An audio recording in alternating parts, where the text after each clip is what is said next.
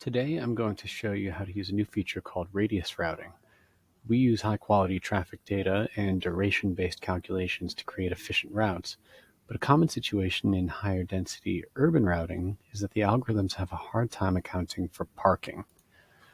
While a certain sequence of stops might be most efficient to an algorithm based on traffic, a driver in the real world wants to park as few times as possible, even if it means delivering more orders on foot. So radius routing lets you assign a distance radius for the algorithm to group stops within it. So even if that results in a slightly longer route calculation, it could be much more convenient for the driver. So it's driver-friendly routing that minimizes the number of parking stops and the amount of doubling back. It works best with wide time windows. It's fully customizable, and it may not be quite as optimal, but it will be faster due to less parking stops. So here we see a 30-stop route in Chicago surrounded by a few hundred other orders. If we zoom in, you can see here is stop 1, and the route continues down here to stop 2, and then they double up here to stop 3, and then back down here to stop 4. And the main reason is because in order to service stop 3 up here, we're going to have to go up and down North Sheffield Ave anyway.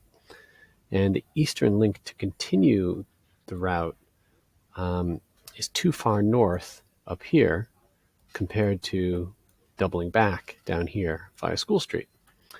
So the algorithm does its best, but a driver would likely prefer to do either stop 3 first and then 2 and 4 together, or 2 and 4 together and then stop 3.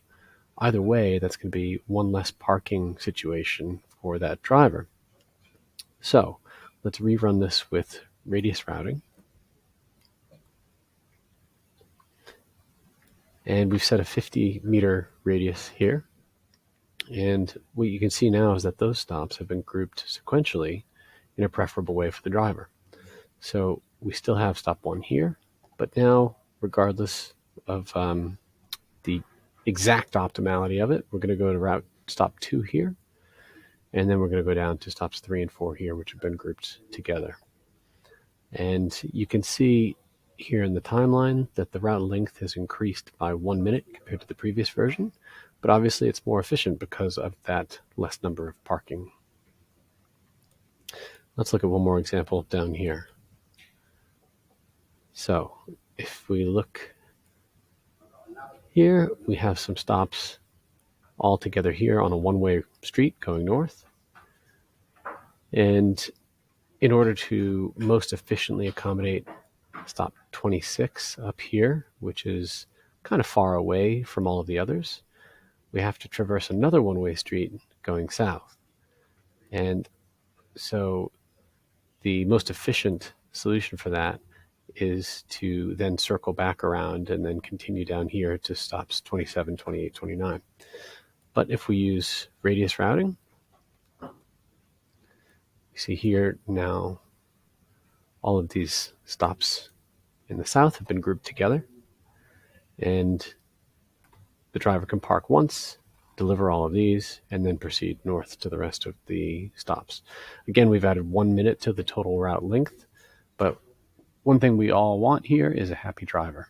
And so if you're curious about trying this yourself, get in touch with us via our website for a free Adiona trial and get routing.